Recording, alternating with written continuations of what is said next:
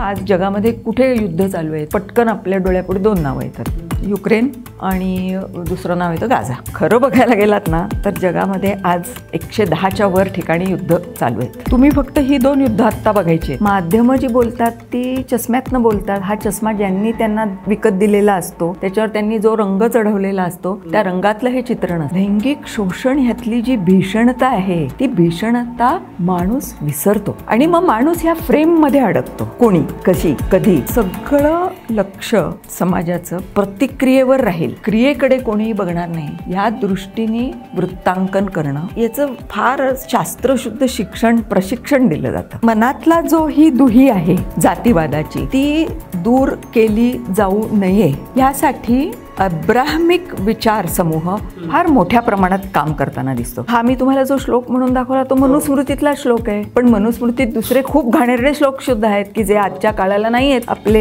Ex president Abdul Kalam हे सर्वात शुचिरभूत ब्राह्मण आहेत.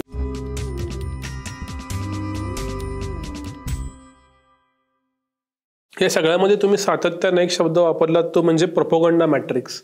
हा नक्की काय प्रकार आहे? प्रोपोगंडा मॅट्रिक्स, पहिली गोष्ट म्हणजे हा शब्द किंवा ही संकल्पना फार जुनी नाही आहे.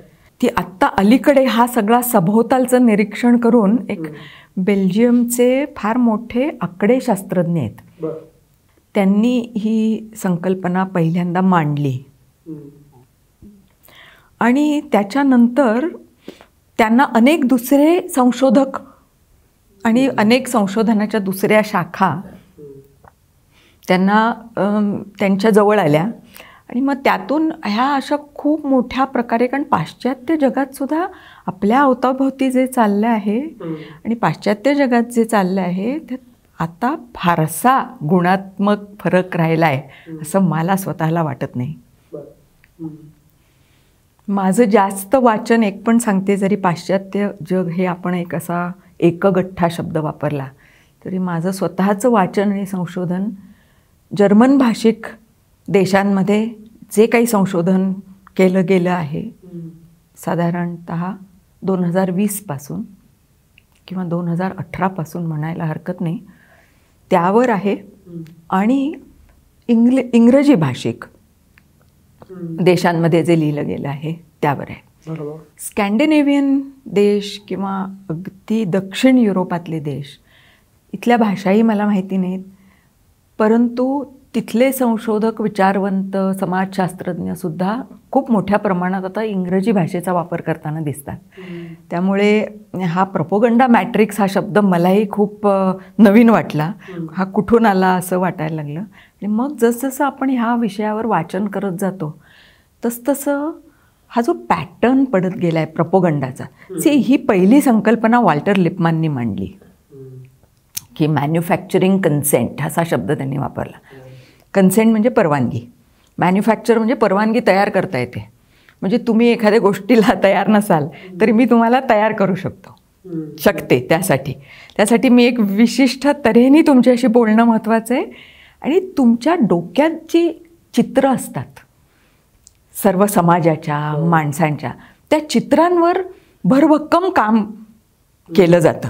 आणि ती चित्र जर तुम्हाला त्या माध्यमातून जर तुम्हाला जे मला कुठल्या समाजाकडनं करून घ्यायचं आहे ते करून घ्यायचं असेल तर ही मॅन्युफॅक्चरिंग कन्सेंट वापरणं फार सोपं आहे. हा अर्थात वॉल्टर लिपमॅन यांनी हा शब्द मोठ्या प्रमाणात अर्थव्यवस्थेच्या यशस्वीतेसाठी वापरला. म्हणजे बाजारपेठेच्या invisible hand of the market हा जो ॲडम स्मिथने वापरलेला शब्द, की तो आणखीन ॲक्सेंच्युएट करण्यासाठी, अधोरेखित करण्यासाठी त्यांनी हा शब्द वापरला. मग तो राजकारण्यांनी, अमेरिकेच्या राजकारणात तो मोठ्या प्रमाणात वापरला गेला. नंतर जसजशी आपल्याकडचे सायन्सची प्रगती होत गेली, वेगवेगळ्या विज्ञान शाखा यायला लागल्या, तसतसं आल्डस हक्सलेपासून हाना आर्ंट म्हणून ज्या मोठ्या संशोधिका आहेत त्यांनी, आणि ह्या सगळ्यांनी ह्याच्याकडे जरा बारकाईने बघायला सुरुवात केली की ओके, आपल्याला कळपाला आपल्या मनाप्रमाणे वागवायचं असेल तर काय काय क्लुप्त्या वापरल्या जातात. तर त्यासाठी मेंदूचा अभ्यास झाला मोठ्या प्रमाणात.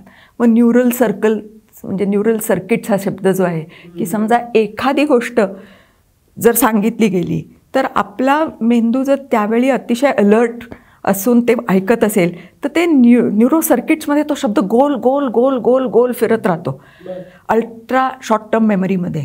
तसाच तो गोल फिरत राहिला तर तो शॉर्ट टर्म मेमरीत जातो, तिथून तो लॉंग टर्म मेमरीत जातो आणि तिथून तो तुमच्या कॉन्शियसनेसचा भाग बनतो.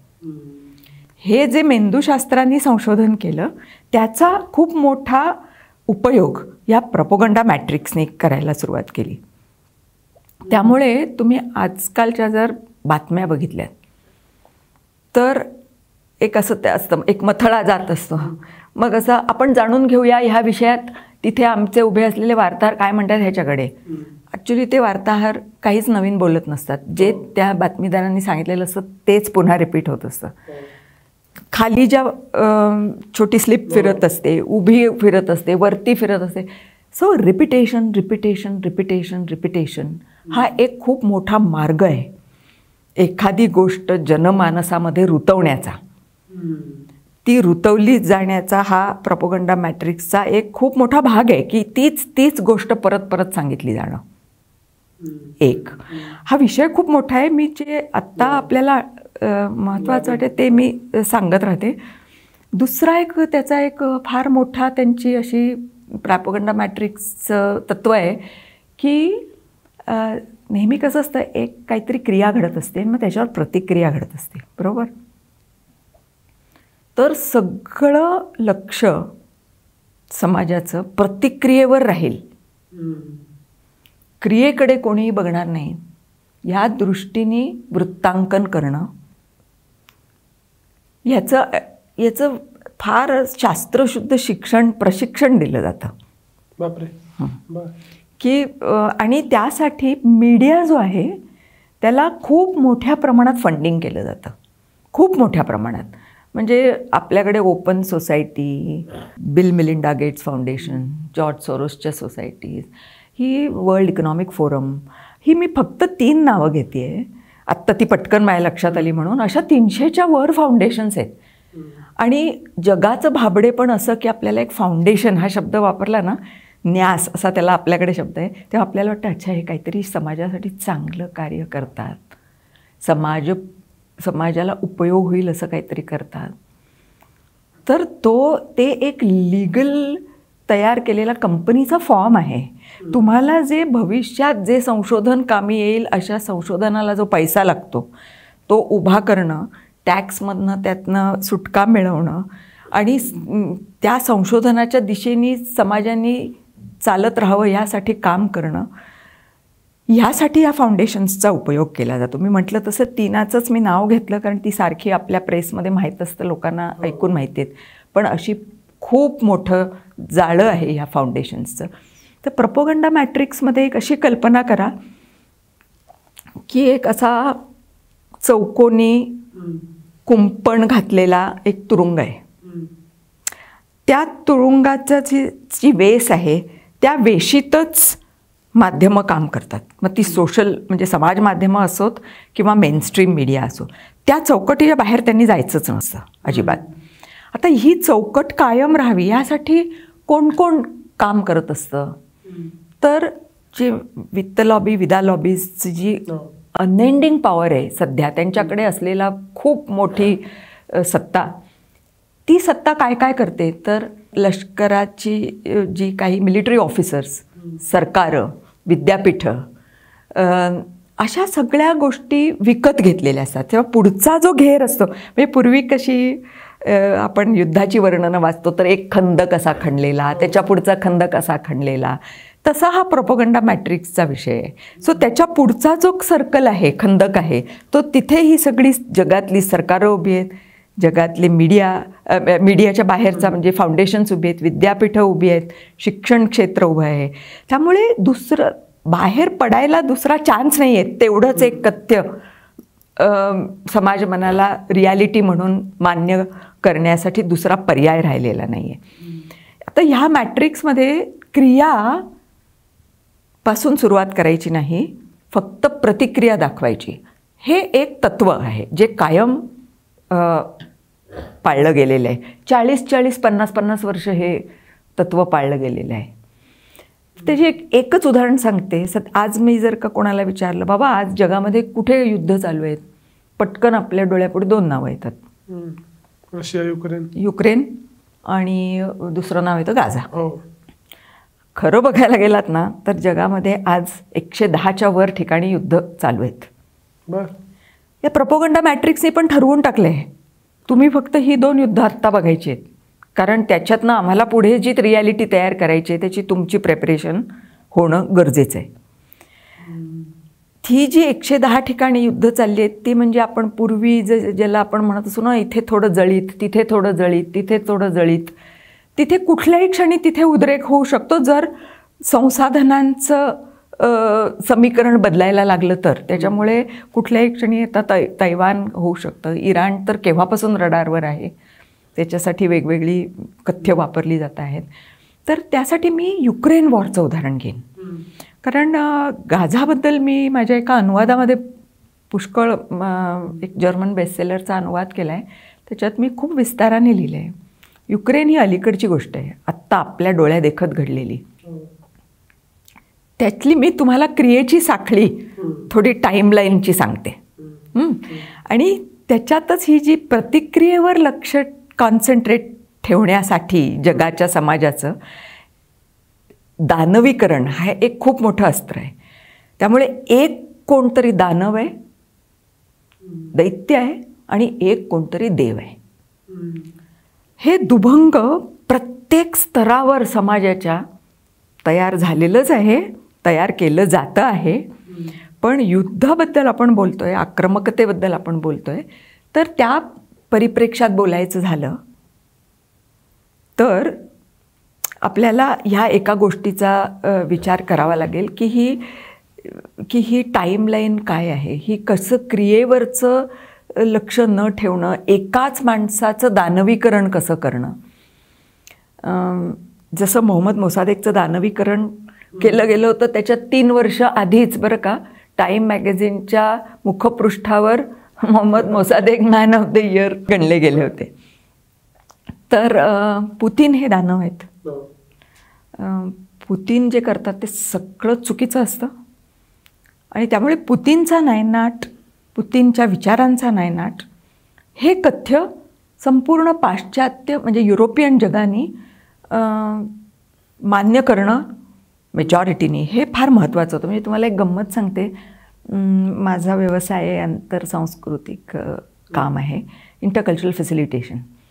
तर जर्मन भाषिक प्रदेशामध्ये जे जे देश येतात त्या देशांबरोबर ॲकॅडमिक लेवलवर आणि कंपनी लेवलवर जे काय काम चालतं ते जेव्हा कधी युक्रेन वॉरला तोंड फुटल्यानंतर ज्या काही व्हर्च्युअल मीटिंग्स झाल्या त्याच्यात खरं तर व्यावसायिक नियम असं सांगतो तिकडचा की business is business, okay, and personal conversations are personal conversations. पण मला इतक्या वेळा हा अनुभव येतो आहे की भारताने युक्रेन वॉरमध्ये तटस्थ भारत का राहिला, रशियाला पाठिंबा का दिला नाही, हे आमच्या आकलनाच्या बाहेर आहे. म्हणजे भारताने तीच लाईन टो करायला हवी होती जी पाश्चात्यांनी पकडली. हा एक खूप मोठा भाग त्या प्रश्नोत्तरात होता. आणि आजकालचे वार्तांकन जे चालतं आहे युक्रेन वॉरपासून भारताबद्दलचं, त्यात भारतावरचा सगळ्यात मोठा रोष म्हणजे भारताबद्दलची अत्यंत दूषित तऱ्हेच वार्तांकन केलं जातं. कथ्य आहे ते सुद्धा, प्रोपगंडा मॅट्रिक्सचा भाग आहे तो. तर त्याच्यामध्ये मला हे खूप म्हणजे इतक्या वर्षांच्या त्यांच्याबरोबर करणाऱ्या कामामध्ये मला हा एक अगदी वेगळा मुद्दा वाटला. तर त्यांना असं का वाटलं की भारताने सुद्धा तुमच्या मागोमागे यायला पाहिजे आणि रशिया हा दैत्यच आहे. आमच्यासाठी नाही आहे तो दैत्य, आमच्यासाठी दुसरे कोणी दैत्य असो, आणि दैत्य असं आमच्यामध्ये नाहीच आहे असं दानव आणि दैत्य असं. ते प्रसंगानुरूप आणि सिच्युएशननुरूप आणि काळानुरूप बदलती संकल्पना आहे. हे सगळं त्यांना सांगणं पलीकडचं होतं.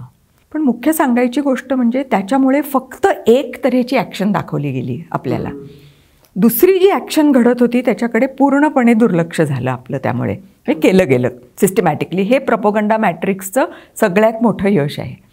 तर आता काय काय झालं होतं युक्रेनमध्ये, आणि युक्रेनचा धडा आपल्या सगळ्यांसाठी मला स्वतःला खूप महत्त्वाचा वाटतो.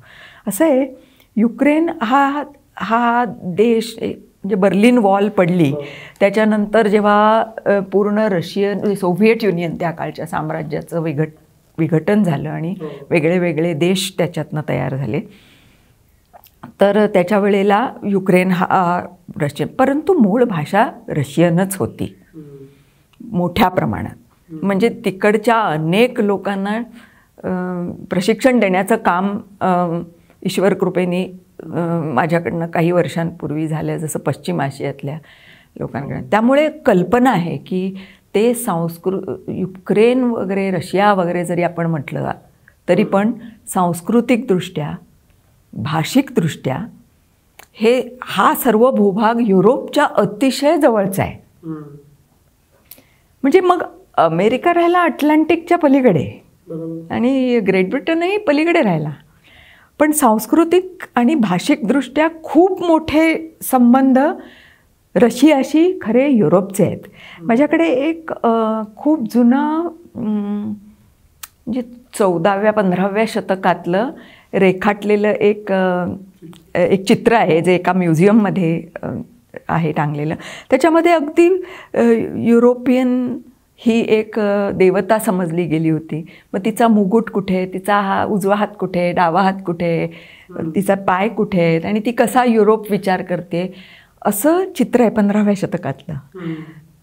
कोणीतरी रेखाटलेलं, मला आता त्या आर्टिस्टचं नाव माहिती नाही. म्हणजे रशिया हा कायम युरोपचा भागच होता संकल्पनेमध्ये. मग अचानक एकदम युरोपियन युनियन हे स्वतःचा आर्थिक नुकसान करत करत स्वहितसुद्धा लक्षात न घेता प्रॉक्सी वॉर अमेरिकेच्या नावाने लढायला कसे काय तयार झाले, ते ह्या प्रोपगंडा मॅट्रिक्सचं सगळ्यात मोठं यश आहे असं मला वाटतं. आता त्याच्यामध्ये साखळी अशी झाली, बर्लिनची वॉल पडली, मग त्याच्यानंतर हे दोघं विभक्त झाले. मग तत्क्षणी एक जे विचार चालू होते, तेव्हा एक कॉलिन पॉवेल यांचं एक बॉस्टन टाइम्सला दिलेला एक इंटरव्ह्यू प्रसिद्ध झाला. तर त्याच्यात ते म्हणले की हो, तुम्ही सगळं जगामध्ये न्यू लिबरलिझमचे वारे वाहत आहेत, सगळं जग एकदम सुटकेचा निश्वास टाकला आहे की आता क्युबा होणार नाही, ॲटॉमिक वॉर नाही, चला आता फक्त एक अधिसत्ता. पण मी खूप अस्वस्थ आहे, कारण मला दैत्य ही फिगर दिसत नाही आहे कुठेही. हे किम आणि हे फिडेल कॅस्ट्रो हे कसले दैत्य, मोठा दैत्य कुठे आहे, अशा तऱ्हेचं त्यांचं एक वक्तव्य हे झालं होतं. तर त्यांना असं म्हणायचं होतं की आता एक कुठला तरी आभासी शत्रू तयार करणं महत्त्वाचं आहे. आभासी शत्रू आधी वर्ल्ड ट्रेड सेंटरवर जी हल्ला झाला त्यातनं एक दहशतवाद, आंतरराष्ट्रीय दहशतवाद हा एक असा धुक्यात वेढलेला, मग त्याला इस्लामचं नाव आलं, मग इस्लामिक दहशतवाद हे एक झालं. मग त्याचा पूर्ण निपात झाला. असं वाटल्यावर पुन्हा एक असा शत्रू हवा कोणीतरी करायला. त्यामुळे युक्रेन ह्या देशामध्ये खूप मोठ्या प्रमाणामध्ये CIA, MI6 आणि त्याच्या अंतर्गत काम करणारे 5 आईज अलायन्स असं ज्याला म्हटलं जातं, ती सगळी गुप्तचर यंत्रणा, त्याचे जवळपास 170च्या वर केंद्र झपाट्याने उभी राहिली. त्यामुळे पुतीन हे म्हणजे तेव्हा सोव्हिएट युनियनची अस्वस्थता तिथून सुरू झाली की आता आमच्या एकदम बॉर्डरशी का हे सगळे तळ उभे राहत आहेत. पुतीन वारंवार एक गोष्ट बोलू पाहतायत जी आपण कोणी वाचायला तयार नाही आहे आणि कोणी वाचायच्या मूडमध्ये नाही आहे. ते म्हणत आहेत की ज्यावेळी बर्लिन वॉलला परवानगी दिली पेरेस्ट्रोइका आणि गोर्बाचेव यांनी, त्यावेळेला अनेक प्रोटोकॉल्स आज आपल्या सगळ्यांना माहिती हक्काखाली माहिती प्रसारित झालेले ते आपल्याला वाचता येतात. प्रत्येक पाश्चात्य म्हणजे त्यावेळचे जे सेकंड वर्ल्ड वॉर जिंकलेले जेते जे होते त्यातल्या प्रत्येक राष्ट्रप्रमुखांनी लिहून दिलेलं आहे की हो, आम्ही 1 इंचभरसुद्धा तुमच्या दिशेने नेटोचा प्रवास होणार नाही, नेटोचा विस्तार तुमच्या दिशेने होणार नाही. हे लेखी दिलेले वचनं आहेत. तोंडी दिलेली वचनं आहेत, त्याचे मिनिट्स ऑफ मीटिंग अवेलेबल आहेत, ती गोष्ट आपल्यापर्यंत शक्यतो पोचू दिली गेली नाही. त्यामुळे पुतिन यांची अस्वस्थता वाढली. त्यांनी वारंवार रशियानी निगोसिएशनद्वारा म्हणायचा प्रयत्न केला की आपलं वचन हे आहे की तुम्ही नेटो ही खरी डिफेन्स ऑर्गनायझेशन आहे की जर कोणी आक्रमण केलं तर आमचा रक्षण करण्यासाठी तयार झालेली नॉर्थ अटलांटिक ट्रीटी ह्या नावाखाली. मग आता ते आक्रमक कसे व्हायला लागले? सी, डिफेन्स हा शब्द वेगळा आहे, म्हणजे दुसऱ्या कोणी माझ्यावर हल्ला केला तर मला स्वसंरक्षण. पण नेटो हा आता ॲग्रेसिव्हली कसा काय युद्धामध्ये भाग घेऊ शकतो असं त्यांनी विचारायचा प्रयत्न केला. मग मिन्स्क 1, मिन्स्क 2 नावाची खूप मोठी ॲग्रीमेंट्स झाल्याचं नाटक करण्यात आलं. म्हणजे झाली असं आपल्याला वाटतंय. म्हणजे मी तेच सांगते की क्रिया कशी अंधारात ठेवण्यात आली, आत्ता आपण फक्त प्रतिक्रिया बघतो आहोत. तर मिन्स्क ॲग्रीमेंटमध्ये त्यावेळी 2014 सालची गोष्ट आहे. 2014 साली म्हणजे बघा 1990 साली बर्लिन वॉल, 1990मध्ये बर्लिन वॉल पडली. मग हळूहळू सगळी बाल्कन स्टेट्स स्वतंत्र झाली.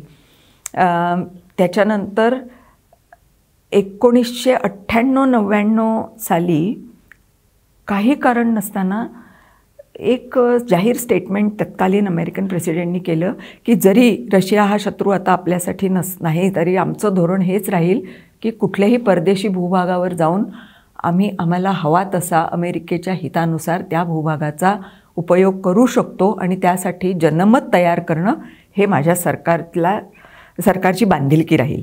तर काय कारण नसताना हे स्टेटमेंट दिलं गेलं, त्याच्याने एक अस्वस्थता पसरली. मग क्रिमियामध्ये जे एक सार्वजनिक बहुमत घेण्यात आलं, तर क्रिमियाने अत्यंत म्हणजे 93% लोकांनी सांगितलं की नाही आम्हाला रशियाचाच एक भाग म्हणूनच राहायचं आहे. तिथून सुरुवात झाली प्रोपगंडा मॅट्रिक्स जास्त ॲक्टिव्ह व्हायला की विरोधकांनी भागच घेतला नाही निवडणुकीत. 93% लोक कसे काय बोलू शकतात त्यांना. मग त्यांनी काय केलं, टार्टार मुस्लिम म्हणून जे त्या भागामध्ये थोडेफार आहेत 7% त्यांच्याच फक्त मुलाखती घेऊन त्या संपूर्ण पाश्चात्य मीडियामध्ये दाखवण्यात आल्या की आम्हाला अजिबात नको आहे रशिया आमच्या डोक्यावरती, आम्हाला आमचं स्वतंत्र स्थान हवं आहे. आणि मग त्याला असं दाखवलं गेलं की पहा ह्या अल्पसंख्याकांचं कोणी काही त्यांच्याकडे लक्षच देत नाही आहे. 93% लोक जे बोलत होते त्याच्याकडे एक वेगळ्या तऱ्हेने पाहिलं गेलं. त्याच्यानंतर युगोस्लाविया हा नितांत रमणीय निसर्गसुंदर देश, इतकी वर्ष ख्रिश्चॅनिटी आणि इस्लाम खांद्याला खांदा लावून तिथे चांगल्या तऱ्हेने गोण्या गोविंदांनी नांदत होते. कोसोवा वॉरच्या निमित्ताने पहिल्यांदा तिथे धर्मरेषा पाडण्यात आली.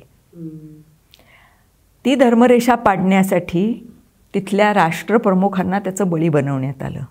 पुन्हा प्रोपगंडा असा वापरण्यात आला की एक धर्म दुसऱ्या धर्माची गळचिपी करतो आहे, त्यामुळे आम्हाला एक तऱ्हेचं म्हणजे आमचं हे कार्यच आहे की आम्ही जाऊन तिथे हल्ले करून त्यांना पूर्णपणे एकत्र नांदायला मजबूर करणं.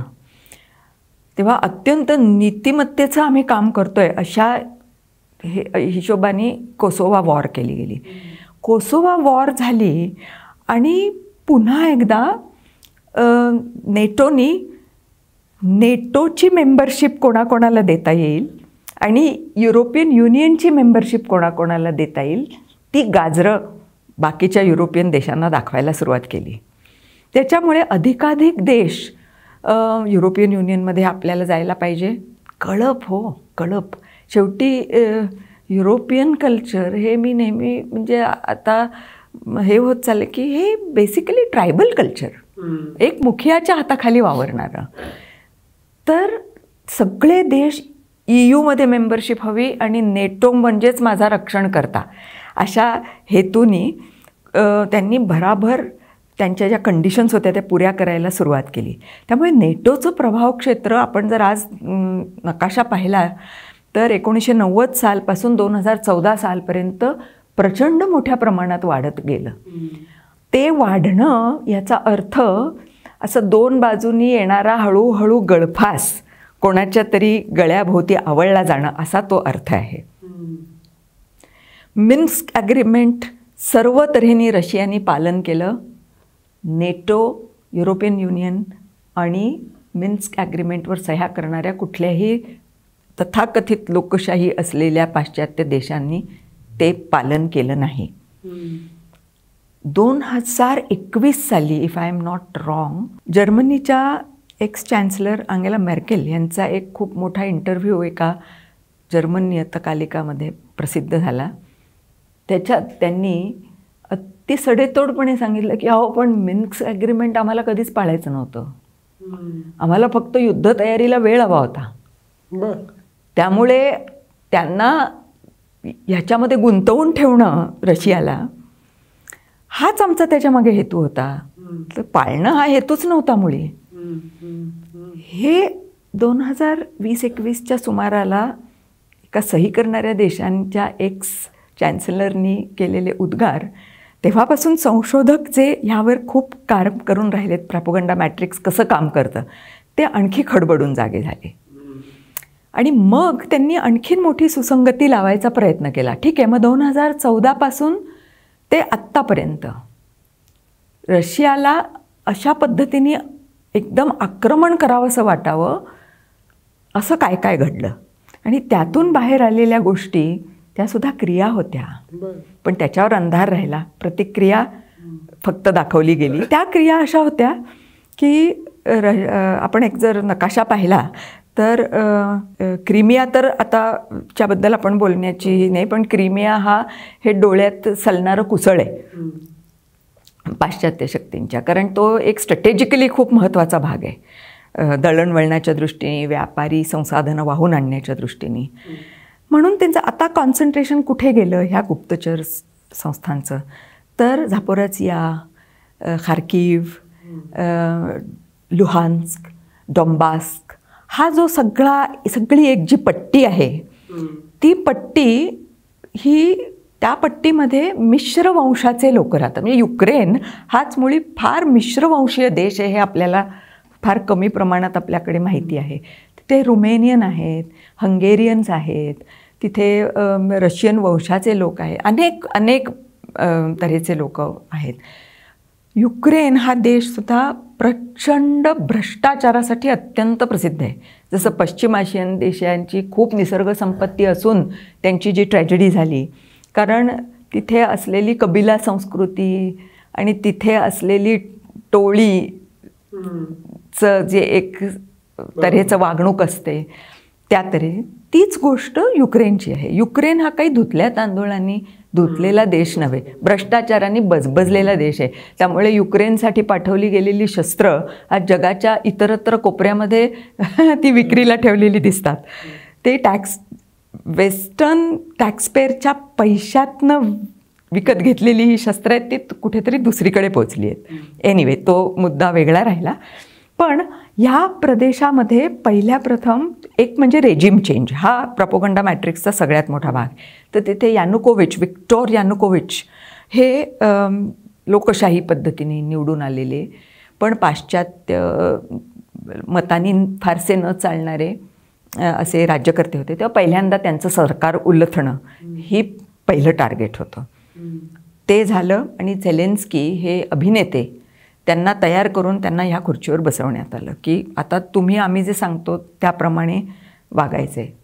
त्यांनी प्रथम काय केलं तर त्यांनी भाषिक मुस्कटदाबी सुरू केली आणि त्यांनी प्युरिटी ऑफ द रेस म्हणजे वंशशुद्धता, म्हणजे शुद्ध रशियन कोण, शुद्ध युक्रेनियन कोण अशी व्याख्या सुरू केली. म्हणून तिथे तुम्ही वाचनात आलं असेल कधी कधी तिथे नाझीशी त्यांची तुलना, कारण त्यांनी शुद्ध युक्रेनियन ब्लड असा शब्द वापरायला सुरुवात केली. मग शुद्ध युक्रेनियन ब्लड असलेले कोण, रुमेनियन नव्हे, हंगेरियन नव्हे, रशियन्स नव्हे, ते कुठे आहेत वस्तीला जास्त, तर ह्या पूर्ण प्रदेशामध्ये वस्तीला आहेत. पहिली गोष्ट झालेली की ती म्हणजे भाषिक मुस्कटदाबी. याचा अर्थ काय, रशियन भाषा बोलायला बंदी, रशियन भाषा लिहायला शिकवायला बंदी, तुम्ही जर रशियन भाषिक असाल तर तुम्हाला नागरी सुविधा म्हणून सुद्धा मिळणार नाहीत, हा कायदा पास करून घेणं. अशा गोष्टी झाल्यामुळे ह्या भागातल्या लोकांनी साहजिक तऱ्हेने पुतीनला हाक मारायला सुरुवात केली की आता आम्ही कुठे जायचं. तेव्हा पुतीन म्हणजे तत्कालीन रशियन सरकार नक्कीच अडचणीत सापडलं की अरे हे तर आपले भाषिक. मग आपण 2-1 वर्षापूर्वी बातमी वाचली की त्यांनी रशियन पासपोर्ट्स वगैरे जारी करायला सुरुवात केली रशियन सरकारने की ह्या लोकांना निदान आपले पासपोर्ट्स तरी देऊया. म्हणजे थोडक्यात हे सगळी प्रतिक्रिया रशियाकडून आली एवढ्या सगळ्या क्रियेवर की जी प्रोपगंडा मॅट्रिक्स होतं, की जे प्रोपगंडा मॅट्रिक्स हे आयुध वापरून ही क्रिया आपल्यापासून अंधारात ठेवली गेली. इथं मला एक प्रश्न येतो, कारण ह्या सगळ्याचा भारताशी संबंध जोडायचा आहे की मग आता हे सगळं ऐकल्यानंतर प्रोपगंडा मॅट्रिक्स कसं काम करतं, त्याची आत्ताची केस स्टडी बघितल्यानंतर माझ्या मनात भारतात घडणाऱ्या प्रत्येक घटनेबाबतीत अविश्वास तयार होतो की हे आंदोलन खरंच आहे का याच्या पाठीमागं फंड आहे, ही खरंच जनमानसातली भावना आहे का खोटी आहे, आणि पुन्हा आक्रमकता ही देशांतर्गतही असू शकते. मग विशिष्ट रिजिमला मी सपोर्ट द्यायचा का नाही द्यायचा, माझ्या भल्याच्या राष्ट्राच्या भल्याचं काय. तर या सगळ्या कन्फ्युजनवर काय उत्तर आहे. मग देशांतर्गत प्रत्येक घटनेकडे जर का मी अविश्वासाच्या चौकटीत बघू लागलो तर त्याच्यामध्ये आपण आज तसं बघायला गेलं तर खूप असहाय्य आहोत. आपला अंतर्गत विवेक शाबूत ठेवणं ही आपल्या सगळ्यांपुढचं आज खूप मोठं आव्हान आहे. हे तर अगदी नक्कीच कबूल करण्याचीच ही गोष्ट आहे. भारतांतर्गत परिस्थिती पाहिली तुम्ही तर आपल्याकडे सुद्धा ह्या प्रोपगंडा मॅट्रिक्सचं फॉर्म्युला असा आहे, प्रत्येक संस्कृतीप्रमाणे प्रत्येक देशाच्या इतिहासाप्रमाणे हा प्रोपगंडा मॅट्रिक्सचे त्यात काम करणारे जे कॉम्पोनंट्स असतात ते वेगवेगळी रसायनं कसा एखादा रसायनशास्त्रज्ञ प्रयोग करून बघतो तशी ती प्रयोग करून बघितली जातात. ती गोष्ट आपण भारतीयांनी लक्षात ठेवली पाहिजे. ब्रिटिश जेव्हा आपला देश सोडून गेले त्यावेळेला त्यांनी आपल्या मनात ऑलरेडी जी काही दुही पेरलेली होती ती 2-3 तऱ्हेनी पेरलेली होती. एक तऱ्हेनी म्हणजे जातीवाद, अल्पसंख्याक बहुसंख्याक आणि एकूणच ब्राह्मण द्वेष, ही सगळी पेरली गेलेली जी कथ्य होती त्याच्यात अर्थात सत्य होतंच की काही जाती जमातींनी खूप मोठ्या प्रमाणामध्ये शोषण केलेलं होतं समाजाचं. ते आज आपण अतिशय प्रांजळपणे मान्य केलंच पाहिजे, पण त्यावर उपायही करणं आपल्या देशाने स्वतंत्र झाल्यापासून मोठ्या प्रमाणात चालू केले होते. पण मनातला जो ही दुही आहे जातीवादाची ती दूर केली जाऊ नये यासाठी अब्राहमिक विचार समूह फार मोठ्या प्रमाणात काम करताना दिसतो. कारण ह्या प्रोपगंडा मॅट्रिक्समध्ये अब्राहमिक धर्मसंप्रदायाकडून येणारा प्रचंड पैसा ही गोष्ट करण्यासाठी वार्ताहर आपलेच आहेत ना. हो, म्हणजे मी असं म्हणणार की बदलापूर सारख्या घटना खरोखरच घडतात, फक्त त्या विसरून 8व्या-9व्या पानावर यायच्या ऐवजी पहिल्या पानावर येऊ लागल्यात. त्याच्या आधी ऍक्सिडेंट झाला त्यावेळी पण ऍक्सिडेंटच्या बातम्या अशा यायच्या. तर घडलेल्याच घटनांत फक्त त्यांची प्रायोरिटी बदलते. मग मनुष्य स्वभाव जो इथला पत्रकार आहे, जो इथला जेन्युइन कन्सर्न सिटीजन, तो म्हणणार अरे हो मला याच्याबद्दल कन्सर्न वाटलंच पाहिजे, ते त्याला रॅशनली पण पटतंय. मग ह्याच्या पाठीमागं जे मॅट्रिक्स काम करते ते ऑटोमॅटिक होईलच ना, वर्ग समजा असेल तर. पण त्यासाठी आपलं प्रोपगंडा मॅट्रिक्स पण त्याच ताकदीने उभं राहायला हवं. आपल्या शिक्षण क्षेत्रात बदल व्हायला हवे, आपल्या माध्यम साक्षरतेत बदल व्हायला हवे. आणि माध्यम साक्षरता हा विषय जो शिकवला जातो शाळा कॉलेजमधनं इतरत्र जगामध्ये, तो आपल्याकडे शिकवलं जाणं महत्त्वाचं आहे. तेव्हाच आपल्याला लक्षात येईल की माध्यमं जी बोलतात ती चष्म्यातनं बोलतात. हा चष्मा ज्यांनी त्यांना विकत दिलेला असतो त्याच्यावर त्यांनी जो रंग चढवलेला असतो त्या रंगातलं हे चित्रण असतं. त्यामुळे जोपर्यंत अशी सशक्त आपलं मॅट्रिक्स उभं राहत नाही तिथपर्यंत ही गोष्ट होणार नाही. आता मी जे बोलू पाहते आहे ते कदाचित कटू वाटेल ऐकायला, पण पाश्चात्य समाज कशा तऱ्हेने सध्या दुभंगला दुभंगण्याचं काम चालू आहे याच मॅट्रिक्सचा वापर करून. तिथली संस्कृती वेगळी म्हणून तिथे मॅट्रिक्सची आयुध वेगळी, आपली संस्कृती वेगळी म्हणून आपली मॅट्रिक्सची आयुध वेगळी. त्यामुळे फ्रेमिंग, जसं हा जो शब्द आपण वापरला जातो, हे बघा, कोणाचंही लैंगिक शोषण होणं हीच गोष्टच वाईट आहे. तर नुसतं लैंगिक अत्याचार असं बोलून थांबलं जात नाही. माध्यमं म्हणतात दलित स्त्रीवर अत्याचार किंवा हिंदूंचं फार कमी नाव येतं, मुस्लिम, म्हणजे ऑटोमॅटिकली आपल्या मेंदूत जे काही एक असे ड्रॉवर्स केलेले आहेत ना जन्मापासून, त्या ड्रॉवरमध्ये आपोआप ते जाऊन पडतं. म्हणजे लैंगिक शोषण ह्यातली जी भीषणता आहे ती भीषणता माणूस विसरतो आणि मग माणूस ह्या फ्रेममध्ये अडकतो. कोणी, कशी, कधी, मग त्याच फ्रेममध्ये काम करता करता माध्यमं बोलत राहतात. मग आपल्या मनात अनेक संशय येतो की अरे, म्हणजे हे आता कोण बोलतंय, हे पालक बोलतायत, शाळा ॲरोगंट होत चालल्यात हे तर आपल्या सगळ्यांना दिसतंय, पण त्याची कारणं काय, त्याच्या मुळाशी नको का कोणीतरी जायला? पालक असे लाचार का आहेत की तुमची मुलं तुम्ही मग काढून टाका आमच्या शाळेतनं, घेऊन जा कुठेतरी दुसरीकडे, असं बोलायला का लागतंय? शाळा बोलतायत ह्याचा अर्थ त्यांची पोझिशन कुठेतरी वर्चस्वाची झालेली आहे. मग शिक्षण क्षेत्रात पैसा एवढा कमी का घातला जातोय? माणूस जो प्रांतिक भाषेतनं विचार करतो तर प्रांतिक भाषेच्या शाळा का बंद होत आहेत? मग त्या मराठी शाळा असोत, कानडी शाळा असोत, भाषा बंद होणं म्हणजे विचार बंद होणं. आणि युक्रेनमध्ये भाषेसाठी उद्रेक झाला तेव्हा आपण, म्हणून मी युक्रेनचा आणि भारताचा संबंध अशा दृष्टीने सुद्धा जोडू इच्छिते की आपण बहुभाषिक देश आहोत, त्यामुळे आपण सॉफ्ट टार्गेट आहोत प्रोपगंडा मॅट्रिक्स तयार करण्याचे. मग त्याच्यावर काउंटर प्रोपगंडा मॅट्रिक्स काय आहे? तर आपल्या प्रांतिक भाषेतला विचार बंद न होणं. प्रांतिक भाषेत फार सुरेख विचार होत आहेत, ते इंग्रजी भाषेतच व्हायला पाहिजे असं काही नाही, झाले तर फार चांगलं आहे, पण ती पण एक भाषा आहे. पण मूळ प्रांतिक भाषेचा एक मूळ वृक्ष आहे, त्याच्यावर ही सगळी बाकीची फळं आपल्याला केव्हाही येऊ शकतात दुसऱ्या भाषांची. त्यामुळे मला असं वाटतं की त्याच्यासाठी ज्या तऱ्हेने एक पूर्ण समाजाने, मध्यम वर्गाने विचार करण्याची जरूर आहे. आणि एक खरंच म्हणजे माझ्या एका सुहृदाची मुलीला खूप मोठा 12वीच्या वर्षाला असताना खूप ती डिप्रेस झालेली होती, खूप डिप्रेस, आणि तिला खूप ट्रीटमेंटची जरूर होती शालेय शिक्षण सोडून देऊन. आणि त्यावेळेला तिच्या मनोवैज्ञानिकांनी त्यांना सांगितलेली एक गोष्ट सांगते. पहिली गोष्ट, घरात कुठचंही वर्तमानपत्र आणणं बंद करा आणि कुठच्याही बातम्या बघणं बंद करा.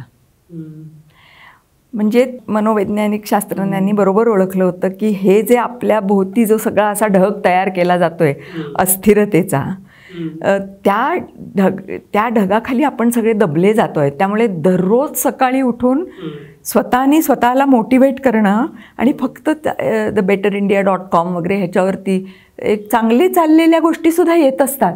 तेव्हा आपण जर स्वतःने ठरवलं नाही की मी फक्त सकारात्मक जे चाललं आहे जगात तिथेच बघेन, जे वाईट चालले तिथे मी स्वतः निर्णय घेईन की मी त्याच्याकडे बघणार नाही, ही शक्ती जेव्हा माणसामध्ये विकसित होईल त्यावेळी कुठेतरी हे सगळं धुक्याचं आवरण जाऊ शकेल का?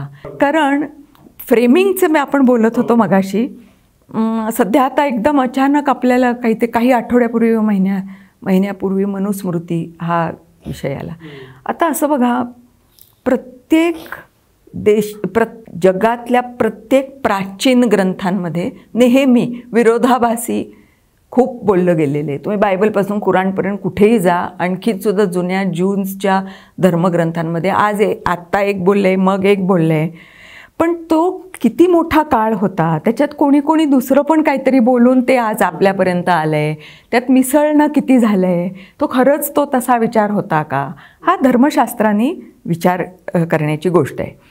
आता बघा, म्हणजे हा विचाराचं सबलीकरण आपण आपलं अशा तऱ्हेने करायला हवं की गेल्या वेळी मी द ब्युटिफुल ट्रीबद्दल बोलले होते, त्याच ह्याच्यात मी म्हणते बघा, एक श्लोक आहे, शूद्रो ब्राह्मणतामेती ब्राह्मणश्चैति शूद्रताम क्षत्रिया जातमेवंतु विद्या वैश्यात तथैवच.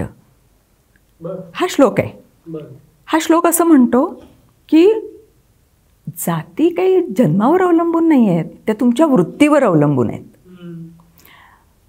तर तुमची वृत्ती संशोधकाची आहे, त्यासाठी तुम्हाला पैसे मिळवणं हा मूळ मोठा भाग नाही आहे, पण काहीतरी चांगलं करण्याची वृत्ती आहे, ती एक वृत्ती आहे.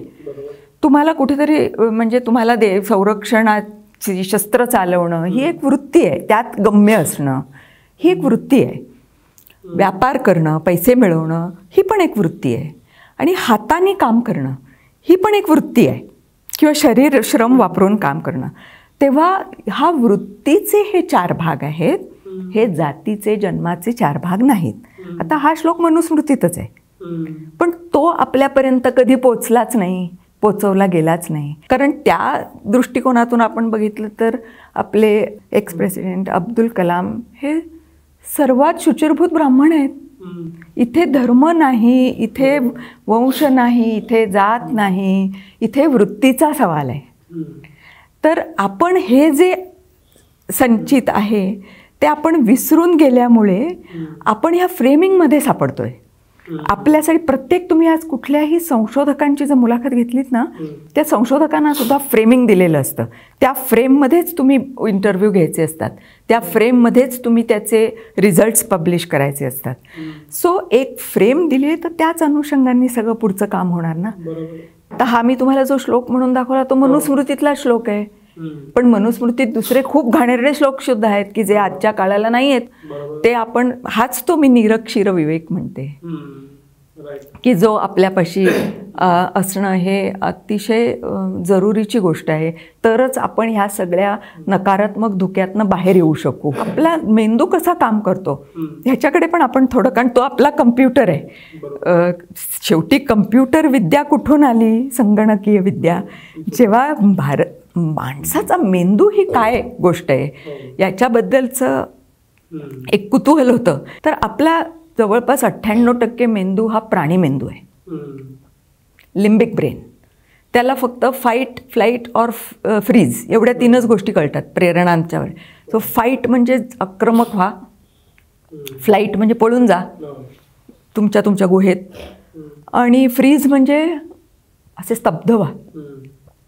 98% मेंदू जर प्राणी मेंदू आहे, फक्त 2% मेंदू हा जो प्रीफ्रंटल कॉर्टेक्स ज्याला म्हणतात तो आहे.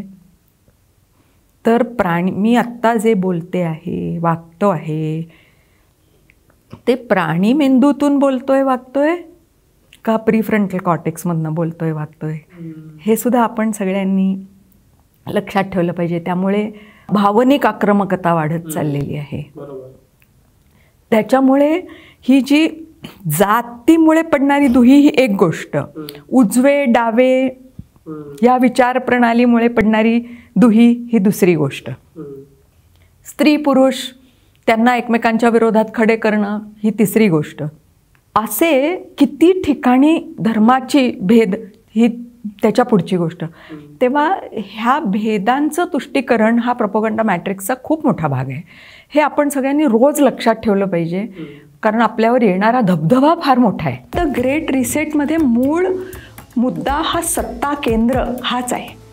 ह्या 2 लॉबीजना फार मोठ्या प्रमाणात सत्ता आपल्या ताब्यात ठेवायची आहे. सरकारं ही भांडवलशाहांच्या मर्जीला जगभर त्या मर्जीनुसार चालणारीच आहेत, हे आपण पहिली गोष्ट लक्षात घेतली पाहिजे. आजकालचे विचारवंत फार उघडपणे हे म्हणतात पाश्चात्य की जर निवडणुकींनी जगात काही बदललं असतं ना तर दुसऱ्या क्षणी निवडणुकांवर बंदी आली असती. माणूस जे करतो ते यंत्र करू शकतो, म्हणून समाजाचं यांत्रिकीकरण, धर्माचं यांत्रिकीकरण, देशाचं यांत्रिकीकरण, मनुष्याचं यांत्रिकीकरण